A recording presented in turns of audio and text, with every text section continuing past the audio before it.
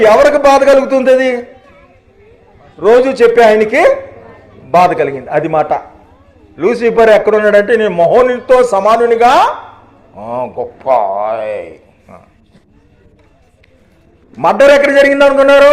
కయ్యూను అర్పణ, హేబేలు అర్పణ. అర్థమైందండి? ఎక్కడైనా మర్డర్ బంగారం కోసం జరుగుద్ది, ఆడపిల్ల కోసం జరుగుద్ది, పొలం కోసం జరుగుద్ది. కయ్యూను అర్పణ, హేబేలు అర్పణ. ఏమండి, సొమ్ములు తక్కువేం పెట్టలేదు. కయ్యూను తక్కువ పెట్టాడు కాబట్టి అనేది కాదు అక్కడ. ఏమండి, ఆయన చిత్తానుసారంగా లేదు. ఒకటి గుర్తు పెట్టుకోండి, దేవుని స్తోత్రం, దశంభాగము యెహోవా సొమ్ము. ఏమండి, ఇంకో మాట మీ అందరికీ మొత్తం నా వీడియోలన్నీ చెక్ చేయండి. ఇక్కడ గురించి చెప్పలేదు. కుల పెద్దలు సంఘ పెద్దలు కాకూడదు. ఇదేం మాట అనుకుంటున్నారేమో.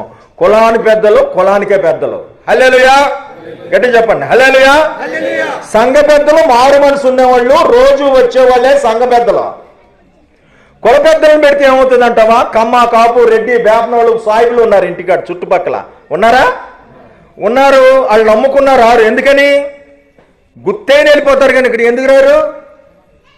ఇది మాలామాదిగోళ్ళు గుర్రా, వాళ్ళు పెద్దలు. అరే, వీళ్ళు రారు, వాళ్ళు రారు. వచ్చినమ్మలో అత్తాచమ్మ, మా ఇంటి మాలేసి మోగల రేకులు. దేవుని స్తోత్రం. మా వైపు అండి, మేము జరిగిన చర్చిల్లో గర్భిణీ స్త్రీలు సైతం ఏం ప్రార్థన చేసుకుంటారు తెలుసా? 52 ఆదివారాలు పాల్గొవాలి.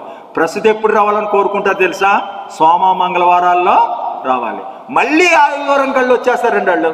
మీరైతే నా ప్రశ్న ఇచ్చారంటే 4 నెలలు 6 నెలలు మైల రారుగా.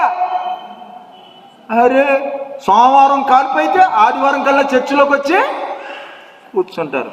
అన్ని జనుల ఆచారాలు అభ్యసిస్తారు, అన్ని జనుల వల్ల నవ్వుతుంటారు, అన్ని జనుల వల్ల గల్లంతో చేసుకుంటారు. అన్ని జనులు మనం అనుసరించకూడదు. 3 అధ్యాయాలు మళ్ళీ చెప్తున్నాను.